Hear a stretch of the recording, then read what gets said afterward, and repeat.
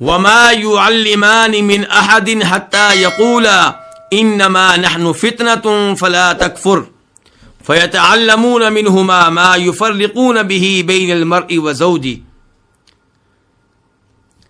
وما يعلمان، اور وہ دونوں تعلیم نہیں دیتے تھے. کون دونوں؟ ہاروت و ماروت. وہ دونوں نہیں سکھاتے تھے من احدن، کسی کو. من کیا ہے؟ زائدہ تاکید کے لیے. وہ کسی کو بھی تعلیم نہیں دیتے تھے. حتی یقولا، یہاں تک کہ وہ دونوں کہتے انما، سوائے اس کے نہیں، نحنو، ہم ہیں. کیا ہیں؟ فتنتن، ہم آزمائش ہیں. ہم تمہارے لیے امتحان بن کر آئے ہیں، تمہارے لیے آزمائش بن کر آئے ہیں. فلا تکفر، جو ان سے تعلیم لینے کے لیے آتا اسے کیا کہتے ہیں؟ فلا تکفر، تو کفر کی راہ اختیار نہ کر، تو کافر نہ بن.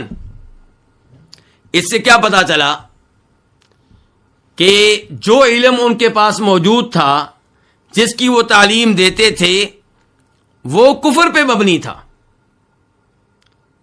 اور اللہ رب العزت نے ان کو آزمائش بنا کر نازل کیا. جو ان کے پاس اس علم کی تعلیم لینے کے لیے آتا، اس کے سامنے معاملے کو واضح کر دیتے اور کہتے ہم آزمائش ہیں، تم کفر کی راہ اختیار نہ کرو. یہاں پہ اس امر کی وضاحت کر دوں کہ بہت سے لوگوں نے یہاں پہ یہ اعتراض کیا ہے کہ فرشتے نیک لوگ ہوتے ہیں، اللہ کی اطاعت کرنے والے ہوتے ہیں، یہ کیسے ممکن ہے کہ وہ کسی کو جادو کی تعلیم دیں؟ یہ کیسے ممکن ہے کہ وہ کسی کو شر سکھائیں؟ تو گزارش یہ ہے کہ اگر کوئی فرشتہ اللہ کے حکم پہ کسی کو جادو کی تعلیم دیتا ہے تو وہ نافرمانی کا ارتکاب نہیں کر رہا، بلکہ اپنے رب کی اطاعت کر رہا ہے.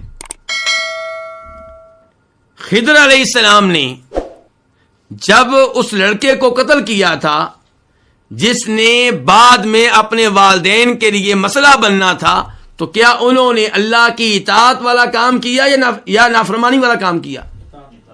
اطاعت والا کام کیا. حالانکہ بظاہر کسی بچے کو کسی وجہ کے بغیر قتل کرنا یہ کیا لگتا ہے؟ گناہ کا کام لگتا ہے. اسی لیے موسیٰ علیہ السلام نے انکار کیا، ان پہ اعتراض کیا. تو کہنے کا مطلب یہ ہے کہ یہ فرشتے جب اللہ کے حکم سے کوئی چیز سکھا رہے ہیں تو پھر یہ جرم نہیں ہے. اور کئی لوگ کہتے ہیں کہ یہ کیسے ممکن ہے کہ اللہ تعالیٰ فرشتوں پہ جادو نازل کرے، غلط چیز نازل کرے؟ تو اللہ رب العزت خیر کے بھی خالق ہیں اور شر کے بھی خالق ہیں. بدکاری، جادو، سود، قتل، یہ تمام چیزیں اللہ کی مخلوق ہیں. جیسے نماز کا خالق اللہ ہے، ایسے ہی برائی کا خالق کون ہے؟ اللہ ہے. اللہ رب العزت نے یہ تمام چیزیں پیدا کی ہیں. خنزیر کو پیدا کرنے والا بھی اللہ، اور بکری اور گائے کو پیدا کرنے والا بھی اللہ. تمام چیزیں اللہ کی مخلوق ہیں. اللہ نے پیدا کرنے کے بعد بتا دیا کہ یہ چیزیں تمہارے لیے حلال ہیں، یہ چیزیں تمہارے لیے حرام ہیں. یہ تمام چیزیں ہمارے لیے امتحان کی حیثیت رکھتی ہیں. تو فرشتوں نے کسی جرم کا ارتکاب نہیں کیا. وما يعلمان من احد، اور وہ کسی کو تھے، یہاں تک کہ وہ کہتے، یعنی کہ تعلیم دینے سے پہلے خبردار کرتے، وارننگ دیتے اور کہتے انما نحن فتنہ، ہم آزمائش ہیں. فلا تکفر، تو کفر کی راہ اختیار نہ کر. اب برائی سکھانے والے کون ہوئے؟ فرشتے. اور فرشتے کس کی طرف سے نازل ہوئے؟ اللہ رب العزت کی طرف سے. اس کا مطلب یہ ہے کہ کئی دفعہ انسان کے لیے گناہ کا راستہ، گناہ کا کام آسان کر دیا جاتا ہے. انسان کو اس موقع پہ خبردار ہو جانا چاہیے اور گناہ میں واقع ہونے سے بچنا چاہیے. اس کی کئی اور مثالیں بھی ہیں. اصحاب سبت، مچھلی والوں کا واقعہ آپ نے سنا ہوگا. یہودیوں کو ہفتہ کے دن کام کاج سے روکا گیا تھا، مچھلی کا شکار کرنے سے۔ دوسری جانب اللہ رب العزت کی طرف سے یہ امتحان دیکھیں کہ جس دن مچھلی کا شکار کرنا ممنوع تھا اسی دن مچھلیاں کثرت کے ساتھ پانی میں ابر ابر کر سامنے آتی تھی۔ کیوں؟ ان کا امتحان ہو رہا تھا۔ اللہ نے اس موقع پہ کیا کہا؟ کذالک نبلوہم، ہم ایسے ہی ان کا امتحان لے رہے تھے، انہیں آزما رہے تھے۔ اور پھر مسلمان حالت احرام میں نبی علیہ الصلوۃ والسلام کے ساتھ ان کے لیے شکار ممنوع ہے، حالت احرام میں شکار کرنے کی اجازت نہیں ہے، لیکن اللہ تعالیٰ کیا فرماتے ہیں؟ یا ایھا الذین آمنوا لیبلونکم اللہ بشیء من الصید تنالہ ایدیکم ورماحکم لیعلم اللہ من یخافہ بالغیب۔ اللہ تعالیٰ کہہ رہے ہیں اے مومنو دھیان سے سن لو، اللہ تعالیٰ لازمی طور پہ تمہارا امتحان لے گا، تمہاری آزمائش کرے گا۔ کیسے؟ شکار میں سے کسی چیز کے ساتھ، شکار تک تمہارا ہاتھ پہنچ رہا ہوگا، تمہارے نیزے پہنچ رہے ہوں گے۔ عام طور پہ انسان جب گزر رہا ہوتا ہے تو کیا شکار انسان کے اتنا قریب ہوتا ہے؟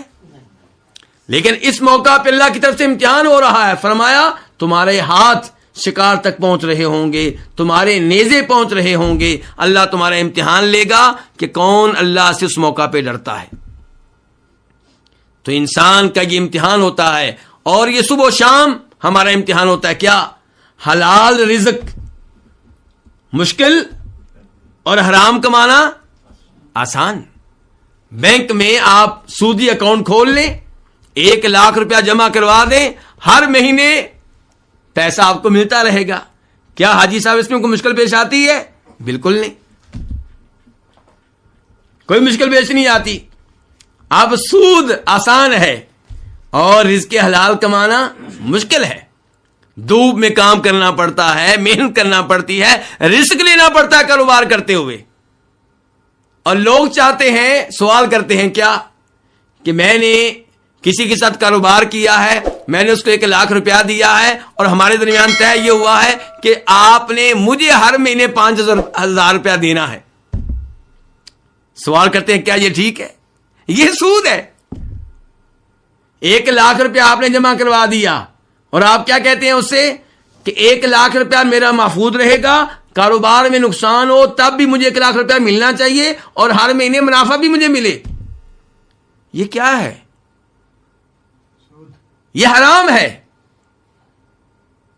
حرام آسانی سے آتا ہے، یہ آسانی ہے۔ 1 لاکھ روپیہ بھی محفوظ، ہر مہینے پیسے بھی مل رہے ہیں، جبکہ کاروبار کیا ہے، رزق حلال کیا ہے؟ 1 لاکھ روپیہ آپ کو دے دیا، اب ڈر بھی رہتا ہے کہ یہ آدمی کہیں گڑبڑ نہ کر دے، اور جس کے ساتھ آپ کاروبار کر رہے ہیں اس کی آپ نگرانی بھی کرتے ہیں، کاروبار میں معلومات بھی لیتے ہیں، سوال بھی کرتے ہیں، فون بھی کرتے ہیں، کبھی خبر ملتی ہے کہ منافع ہے، کبھی خبر ملتی ہے کہ نقصان ہو گیا۔ تو بہرحال یہ امتحان ہوتا ہے۔ وما يعلمان من احد، وہ نہیں تعلیم دیتے تھے کسی کو، حتی یقولا، یہاں تک کہ وہ کہتے انما نحن فتنہ، سوائے اس کے نہیں ہم آزمائش ہیں، فلا تکفر، تو کافر نہ بن۔